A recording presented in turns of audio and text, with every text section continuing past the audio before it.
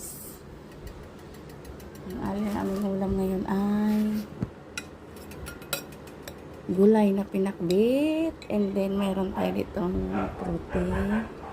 Meron ako dito guys, na bilimangga. Mamaya ka sa akin. Ano na yun guys, manilang. Yan, lekanin. Yan lang. For today, diet. Gulay is life. Yung protein. Bawasan na yan. Bawas na yan.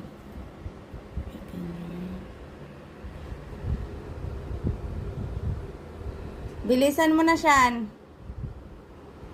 Kain. Ang sarap ng aming gulay. Tingnan natin kung maalat pa hindi.